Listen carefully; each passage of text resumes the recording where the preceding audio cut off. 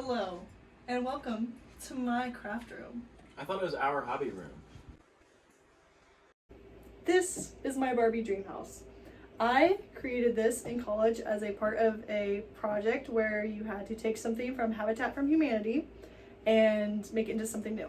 And people would redo furniture, like entertainment, what are those called? Entertainment centers, and take them from being outdated to something actually useful.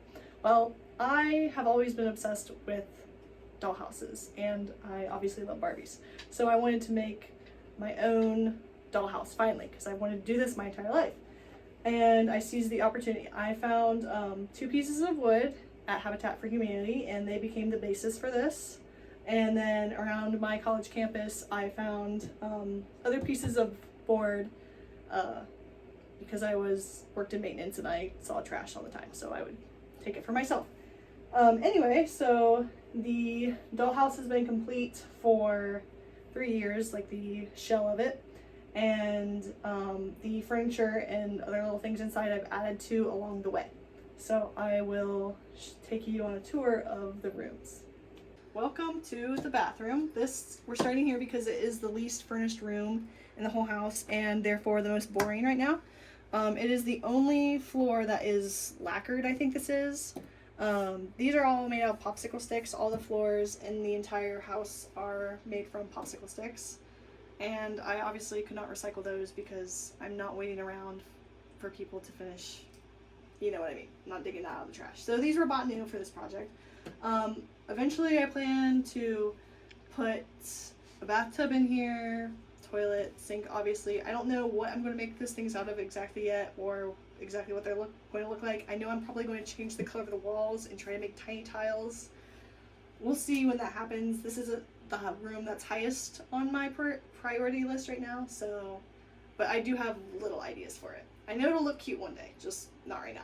I'm also going to have a friend of mine cut a window in the back because I like bathrooms with no windows, and it's my Barbie dream house and it needs a window in the bathroom. So anyway, that's the bathroom. Okay, so the second most boring room, it's actually a little bit more finished, but not in the way I want it to be in the end. So this is Barbie's hobby room right now. The flooring is still made out of popsicle sticks, but they are the skinny kind. This is the only room in the whole house that's like that, and I did that because it's one of the smallest rooms, and I wanted to try something different. Right now there's just a desk in here with some of my little tiny Barbie houses. I made the desk. I'm not super proud of it. I think I made it just more of as a space holder for right now. If you noticed though, this room has a finished window. The molding around the window I did in college, and then I recently added this mock Roman shade here, and I think it makes it look a lot better. But yeah, the rug on the floor is from a upholstery sample. I got to take home several of those when I was in school, and I've used them throughout the years for different things, and a lot of what I've used them for is in my Barbie house, so it's a lot of fun to get. It's an easy way, if you have access to them, to get quality materials for things like this. So, and then moving on to my kitchen. This room, I'm dreading making the cabinets for it because I think I'm going to need to be so precise, and I struggle to be like that sometimes, to make all the little tiny working cabinets, because I want it to be a real working kitchen. The most interesting part about this room right now is that I have these really awesome kitchen appliances that I bought from some lady. She makes them in China, and they actually work. It is so cool. So it looks just like a real thing. And I bought these. They were kind of expensive, but I bought them because I know I could never recreate these on my own and get them to look this good. And just the time and amount of money I would have to put into it, I might as well buy them. So that's the stove, and then I love the fridge. It's one of my favorite things ever. All these open. So, and there's like a tiny ice cube tray, and I guess where the ice cubes are made. And then this is the best part. You're not going to believe this. we have tiny, tiny little food. Some of this I already had. I made those tiny cookie hearts, and then some of it came with the actual fridge. So I just love it. It's so cool. And in my opinion, definitely worth the money. And then here's something that I actually did make, is these pictures on the wall here. I'll show you a little bit how I made them, if I can get it off. That's just sticky tack. This has a little mark on it, which I could fix. But, so the little pictures are from the back of a calendar that I saved, because when I find tiny things, I'm like, oh, that might be useful one day. But anyway, I am friends with the owner of a local frame shop, and she cut these tiny mats for me. We have the yellow one here, and then the frame is actually made out of mat board that I painted. And then I don't know if you can see, but there's a covering over here. It's supposed to look like glass, but it's the plastic from like food containers, like berry containers, or I don't know anything else that comes in that really thin, annoying plastic that you have to cut through sometimes. I save it and I use it for my picture frames. So there's that. And I have quite a few of these throughout the house. They're lots of fun to make. Whoops. Okay. Welcome to my bedroom in my Barbie Dream House. So, if you'll notice, the bed has the iconic pink buffalo check that has been all over the place because of the Barbie movie. I want it to be on record that I made this a year before the Barbie movie came out and before anybody had seen any pictures of anything or even knew that this was going to be a prominent pattern in the film. So, did Barbie read my mind? Maybe. Anyway, so the bedspread and pillows are made from an old shirt I cut up from Goodwill, because I feel like that's a good way to find cute patterns in the correct scale for dollhouse a lot of time is shirt fabric or clothing, and it's pretty cheap to buy it that way. So that's something that is recycled. I also have this alternate bedspread. I haven't made pillows for this one yet, but this is vintage fabric that I bought at Goodwill one time. And I originally was going to make myself something out of this, but I'm not very good at sewing clothing for myself, and I'm better at sewing things for Barbie. So this belongs to Barbie now, and I still do need to make pillows for it. But anyway, the rug is sewn together from an upholstery sample that I got back in college, and the bed is made from like the cardboard, and the material it's covered from is the same as what I used for the Roman shades. One of my professors had a roll of this stuff and gave it away, and I use it for little projects. This is what underneath the bed looks like. I try to make it as realistic as possible while still being functional for its size. So it is covered in white there, and I do have like pillows behind the decorative ones. And then I have more of my picture frames. Here's a tiny picture that I made. This is my husband and I at his senior homecoming. In the past, when I've gotten pictures printed for myself to frame, they would send like the tiny proofs, and I would cut them out and save them because I knew I'd probably make some kind of miniature out of them one day. And so yeah, so there's cute little pictures of myself and my husband in my dollhouse, which I think is a lot of fun. The lamps I made, let me see if I can move it. I'm just going to pull the whole thing out. It's stuck. Okay. So the lamp is made out of clay that I sculpted, and then I painted it with nail polish, which is not the best idea, but it's a pretty color, so it doesn't matter. And then the harp, it's not the right word, but the little piece here, that's a pin that I dipped in paint, and this is paper. I bought this at a local store for this purpose specifically. And then I made the side tables here out of balsa wood, and I painted them, and it might be stuck because it's humid and paint is kind of tacky. But anyway, the drawers work. This took me so long, and you would not think it would, because it looks, I thought it'd be a lot more simple than it is. And then if you'll notice here, the drawer pull, the knob here is a Lego gemstone. I thought it'd look like glass knobs, so I used that.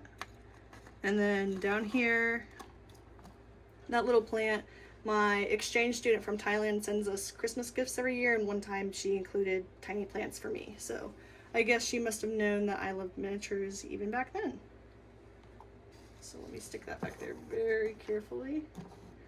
I'm sure if you played with dollhouses growing up, you understand the frustration of getting all your stuff set up and then accidentally knocking it over and having to do it all over again. So let me draw your attention to right here, this little flamingo.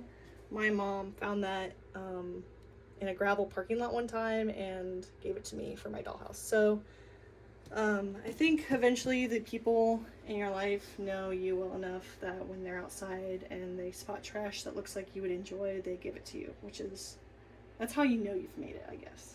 Okay, and now for the most interesting room, my personal favorite because it's the most done and I love the colors, is my living room. So let me move some people out of the way here. Okay, so I don't even know where to start. Let's start with the fireplace. This is my pride and joy. This is probably my second favorite art piece ever that I've made. It took me weeks to finish.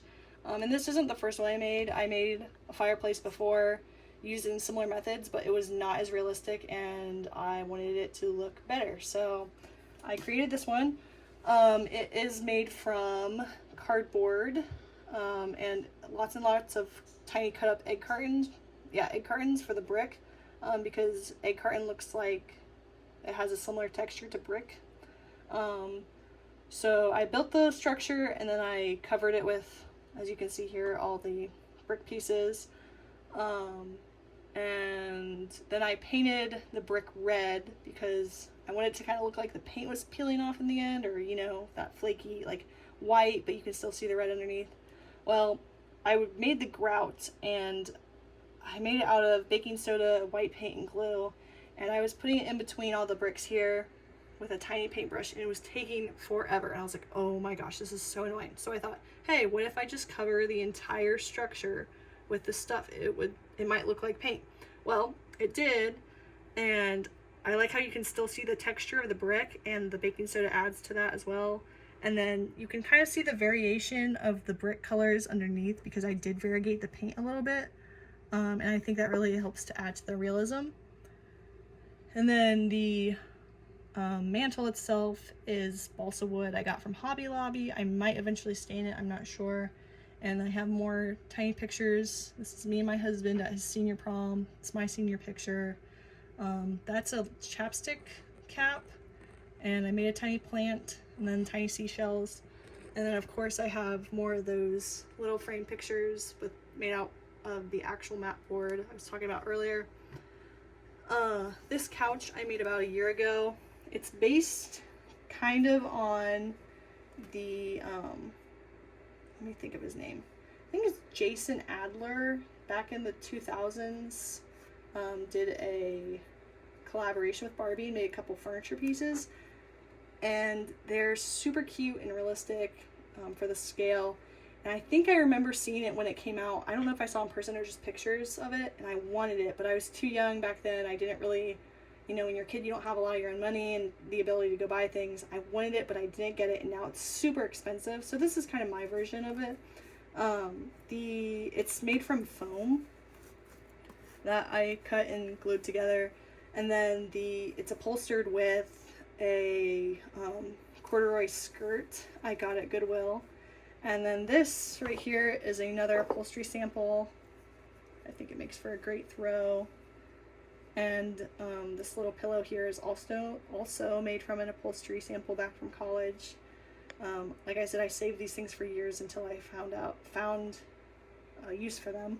I really love the color too of this. I'm very proud of how it turned out. And this is not the first couch I've ever built. It's probably the third or fourth, but like I said, I've been doing this for a lot of my life, including when I was a kid. So I've had, I feel like, a good amount of practice. This little chair I also made about a year ago. Again, made from foam and cardboard, and it's upholstered with pants, a pair of pants I got at Goodwill. I'm really proud of how the lines here matched up, the lines on the side. I didn't fully intend for that to happen, it just worked out like that, and now I like to pretend that I intend for it to happen because it makes me feel a little bit more accomplished. The legs on both these pieces are made out of clay, just basic Sculpey clay, and then obviously a little pillow. And then this is a chair my husband bought me a few years ago for Christmas. I have another one of those little animal print pillows in it. I made this out of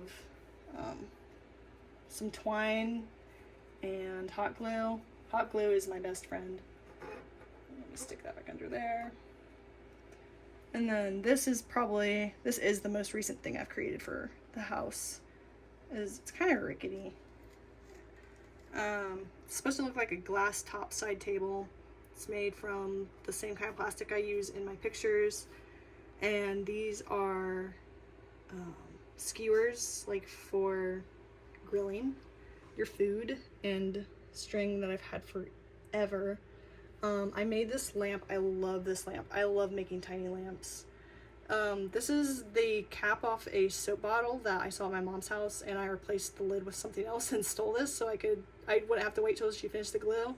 And then this is a skinny skewer in there, and this shade is made out of paper, just like cardstocky paper.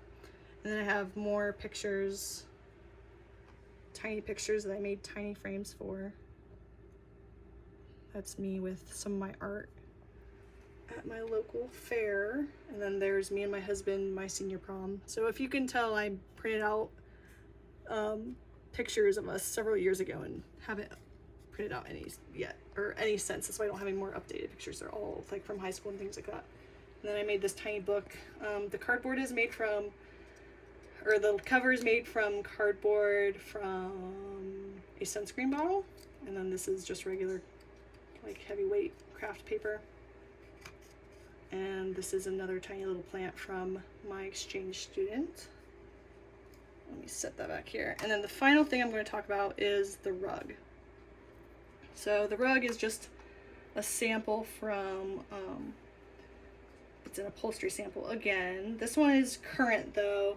All the other samples were outdated, and that's why they ended up in my classroom that I took, well, obviously took courses in. They were just like in this big pile you could take from.